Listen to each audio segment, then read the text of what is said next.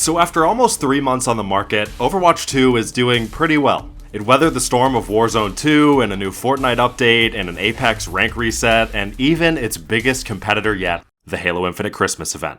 But if you're anything like me, you've been up late into the nights, slowly chewing that 4-day-old frozen pizza and watching the blades of your ceiling fan circle around and around and around, and you've thought to yourself, how can Overwatch get even better? How can it go from being just one of the games in the rotation to being the game we rush home at night to play, the game that we never want to get off of? Well, it's actually pretty simple. They just have to make a ranking system that doesn't suck ass.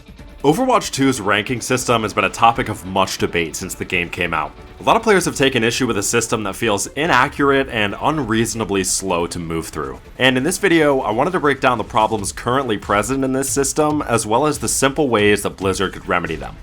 So first, let's quickly go over what Overwatch 2's ranked mode looks like right now. When you first log onto the game, your first time playing, you have to either win 5 matches or lose 15 matches in order to receive a rank. And that applies to each of the 3 roles, so you essentially have to win 15 games in total to receive each of your 3 ranks. After you're ranked in your corresponding skill group, you'll then rank up or down after every 5 wins or 15 losses. Okay, makes sense so far.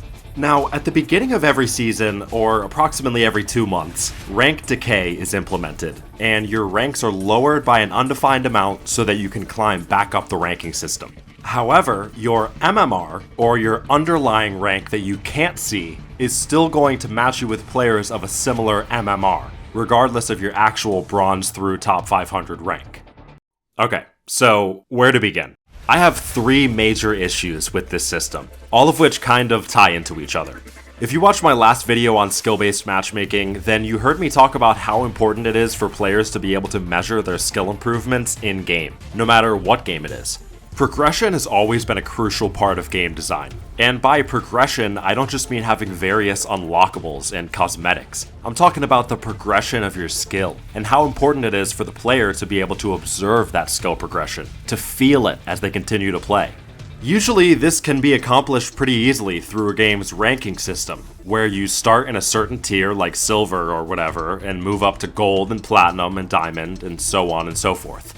Traditionally, ranking systems have been the best way for a player to measure their skill, with the consistent feedback that these systems provide being the driving force behind player engagement with said systems. So you start off and you're in bronze, and then you start winning, and you move up to silver and gold and platinum and beyond, and that feels pretty good. It feels good to see that representation of your stats and performances in your rising rank. But for one reason or another, Overwatch 2 has completely muddied this entire concept, and it starts with this hidden MMR bullshit. For a lot of players, the rank they can see doesn't match up with their MMR, meaning that the rank itself isn't actually indicative of their skill in the game. There are various reasons that MMR exists, like compensating for players that haven't played in a while and might be rusty, as well as protecting lower skilled players from better D-ranked opponents. I suppose I can understand why it's there to some degree, but I think that it's extremely overtuned in the game's current state. It doesn't make sense to heavily utilize a hidden ranking system when you have a visible ranking system right there that can accomplish the same thing. It's a largely unnecessary extra step that just ends up dragging out the process of getting back out of those lower ranks each season. And then we have the rank decay, where Blizzard lowers your rank each season so that you can climb your way back up to the top. On paper, this seems like it would be a great idea, like it would give players that sense of progression I was just talking about. But in practice, it's ended up hurting the game more than it's helping. So let's say you're a diamond player. Season 3 comes along and they decay you down to silver or gold. It should be pretty easy to move back up because you're a skilled player, so silver or gold lobbies shouldn't be too much of a struggle, right? Well, that's until you realize that all the other diamond players also got D-ranked down to gold and silver. And even those players that have already worked their way back to diamond could also still match with you because the MMR system matchmakes based on your hidden rank rather than your visible one. So now we have situations where gold and silver lobbies aren't made up of gold and silver players at all, but rather a bunch of D-ranked platinums and diamonds. That means winning games even at much lower ranks is going to be far more difficult, and a 50-50 win-loss rate when you're in gold or silver inevitably leads to it taking way longer to claw your way out of those lower ranks. Which leads us into my final issue with this system, the fact that it can take an unreasonably long time to rank up or down in this game. The nature of the ranking system and the hidden MMR dictates that you'll always play with other players who are right around your skill level, which is fine in and of itself. This is ranked mode after all, that's how it's supposed to work. However, winning 5 games in order to rank up can take an excessively long time when you're losing around half the matches you play, which will usually be the case for most players within the current system. With lengthy queue times and drawn-out matches between evenly skilled players, you're usually looking at 3 to 4 hours of gameplay per role to rank up or down one single time for each of them. And what does the game primarily rely on to re-rank you? That's right, wins. And when the game sees you losing half your matches in silver and gold lobbies, it calculates that, okay, you must belong in gold, so we're only going to move you from gold 5 to gold 4, even though you don't belong in those lobbies, and a lot of your teammates and opponents don't either. Alright, I know I just threw a fucking convoluted word salad at you, so let's recap in simpler terms. At the end of each season, Blizzard de-ranks you, but not really because the hidden ranking system is maintaining your original rank, but you don't get to see that hidden rank, only your fake rank that now means nothing. Did Ants in My Eyes Johnson design this system? Now, to their credit, Blizzard has recently taken steps to address the issues of both overly excessive rank decay and the pace at which you rank up or down. Starting with Season 3, rank decay was toned down, and the required number of victories to change your rank was dropped down to 5 from 7. We'll have to see how these changes impact things over the course of Season 3, but from what I've played so far, it's at least a little bit better. The rank decay is definitely less punishing, and the 5-win requirement has slightly improved the overall pacing.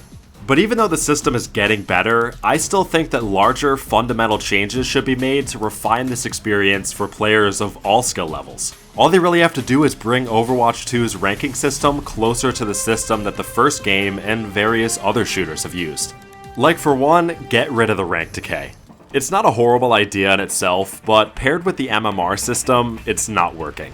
Too many higher skilled players are getting stuck in lower tiers of the ranking system, with the only way to get out being to drop every other game you play and making your Overwatch rank your entire life. And in this era of every game having a limited time battle pass service blah blah blah where every single shooter on the market has new content flowing in and out every 2 to 3 months, not many people are willing to do that.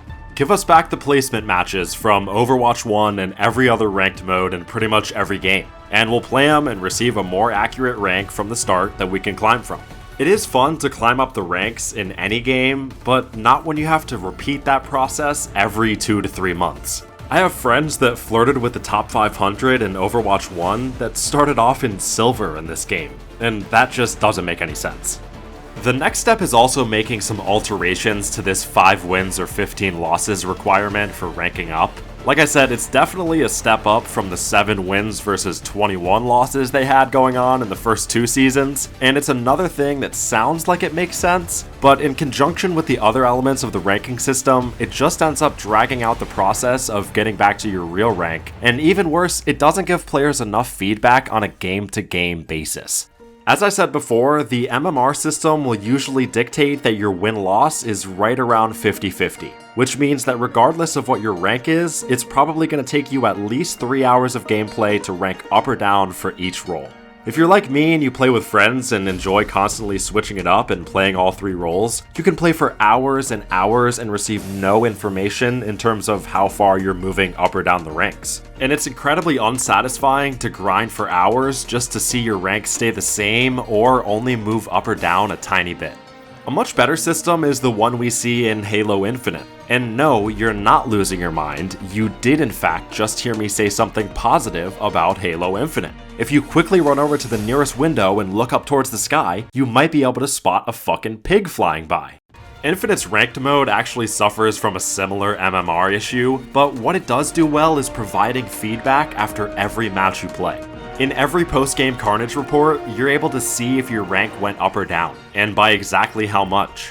They even have a progress bar to make it as clear as possible. With immediate feedback after every single match you play, it's easy to maintain that motivation to continue grinding away, because you know that your rank goes up every time you win and play well, and if you play poorly and lose, your rank will drop. It keeps the player more engaged from match to match. Imagine how much more satisfying Overwatch 2's competitive play would be if you could rank up or down after every match, even if it was just by a small amount. If going hard and dropping 25k damage and securing the win moved you closer to Diamond 5 from Plat 1, and you could see that. You could see your rank creeping up more and more after every match until you finally hit it. Honestly, the fact that we can't see the progress we're making is the big issue here. They could even keep the 5-win shit if they really want to, but show us how the ranking system is working. Give us a visual representation of our rank rising and falling. Dumping hours into the game and going 5-2 in a play session just to go from Platinum 3 to Platinum 3 with no explanation isn't fun.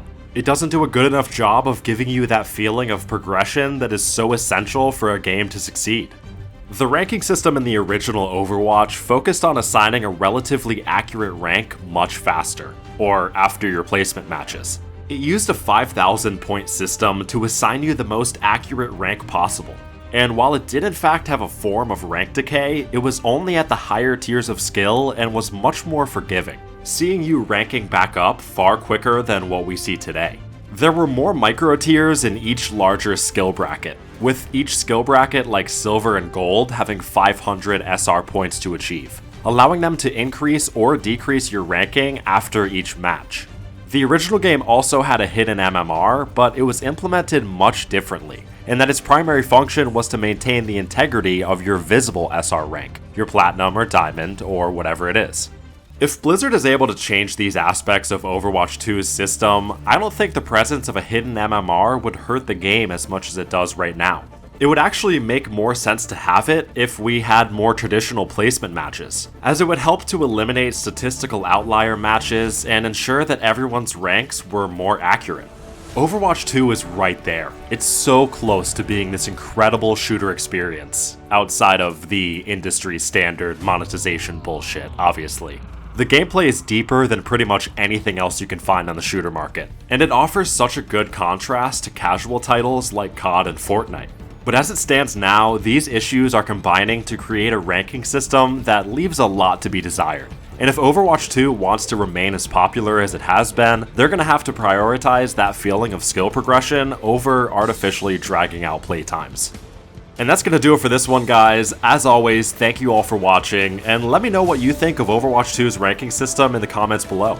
Are you the friend that's always nagging everyone else to get on, like Soggy? Are you the friend that still doesn't have 50 quick play wins, like Blaze? Or are you the friend, like me, that's blowing them off to play The Witcher 3? Let me know, and if you enjoyed the video, don't forget to drop a like for me and subscribe on your way out. Until next time, this is Yags, signing off.